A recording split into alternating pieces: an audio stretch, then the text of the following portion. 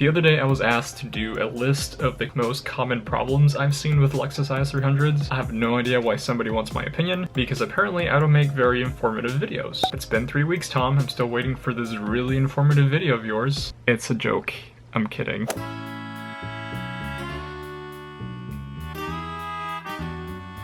Okay, so number one only applies to models with the limited slip. For some reason, I'm not sure why, it's very common for them to start whining, and it's really annoying. So some people in forums say once you start whining, you need to change out the fluid. Special fluid that was made for LSDs, there's usually an additive, and supposedly this additive makes it not whine. But there's also been a lot of people that say once you have a whiny LSD, you pretty much have to rebuild it or just get a new differential. My LSD whines constantly, but it's most noticeable when you're on throttle and you can actually make it whine on command.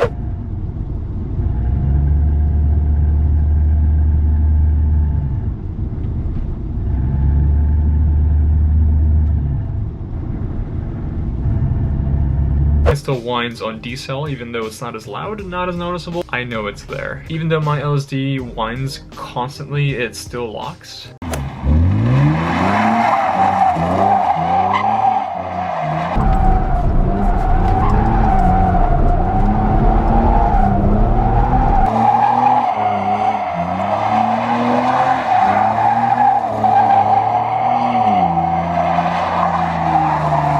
So you can pretty much talk down the price of the IS300 by telling them it's a whiny LSD and it's gonna blow up. I've never heard of one blowing up, but you never know. Another super common issue with the IS300s is having an O2 sensor that's gone out. My car personally has this, and I'm currently in the middle of trying to get that fixed. The worst part about getting an O2 sensor light on your IS300 is that you can't pass emissions. Traction control is always off. Your car is always in limp mode, so it dumps more fuel and it doesn't run very efficiently, and that's pretty much it. Those 3 things. As with anything mechanical, things can fail. My car has 258,000 miles. You know, it's bound to happen. It has a lot of miles. But if it was me, I would stay away from any IS300s with any O2 sensor lights. If you're gonna purchase an IS300, stall time, like drive it, let it idle. Mainly because people can reset the battery and the check engine light won't come on for a couple miles, because it would suck if you buy a car and then like 10 minutes later you get a check engine light. Number 3, rough shifting. Again, with anything mechanical, things can fail, but from what I've heard from forums, this is a super common issue, especially the high mileage ones, is the rough shifting between first and second,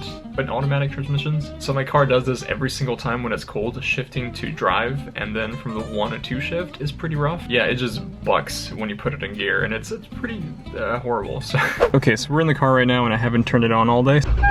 The rough shifting, and to show you, I have my headphones just dangling from the sunroof so I can show you how aggressive it is. So, and camera dies. Okay, so watch this, go and drive. I don't know if you heard that thud, but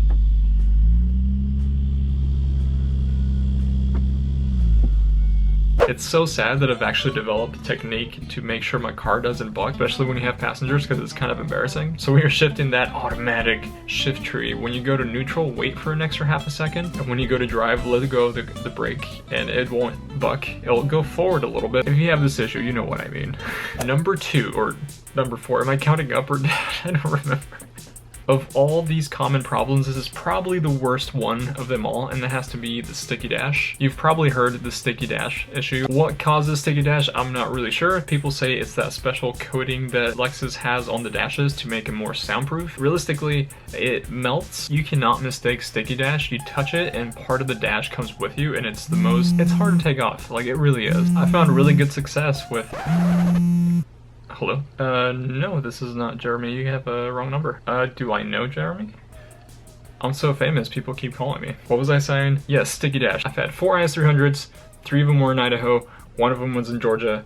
The one in Georgia had a sticky dash. So it's not every IS300. Maybe I just got lucky up in Idaho, or it's a lot hotter in Georgia, which it's a lot hotter down here, so the dash actually melted over here. In my case, I was able to sand down the whole dash and spray paint it, and it actually looks okay. It's not the best because I used the worst clear coat ever. It was pretty much a nightmare to take off the dash. The stickiness was coming onto your fingers, and like I got it on the roof because I pulled it, and it sucks. I wish I would have replaced the dash, but it's a lot of work. I've also heard that the sticky dashes were only from the 2002 to 2005. The 2001 models did not have this issue. My 2001 was perfect, and I missed that car. I actually called Lexus corporate because there was a recall for these cars, but I was told since 2017 Lexus doesn't cover for the older IS300s. I'm not sure about the newer ones. I would suggest replacing it, but you can sand it down even though it's a pain in the butt. Make sure you have a lot of dish soap, because that kind of helps get it off your fingers. And I honestly can't remember if this is number 1 or 5. I forgot if I'm counting up or down. But the last thing is your sunroof rattling. I saved this one for last because it was driving me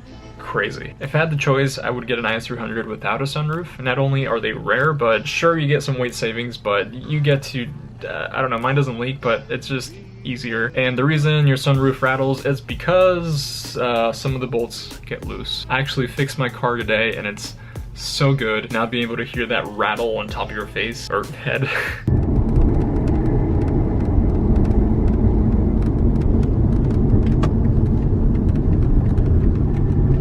So I had to put this one in here not only because it's really annoying, but according to forums, it seems to be a very common problem for people to go back and tighten some of the bolts, which I had to do. The worst part is having to take off the headliner. I was able to reach some of the bolts in my car by taking the back half headliner off, and I was able to reach all the bolts. You don't need to take the whole thing off, but it's pretty annoying. I don't know, taking interior pieces off is pretty annoying because you break all the clips, and it's, I don't know. If you find yourself in a situation where you're purchasing an IS300 and your car happens to have all 5 of these issues, now you can use those 5 points as leverage to bring the price down, and you might get a better deal.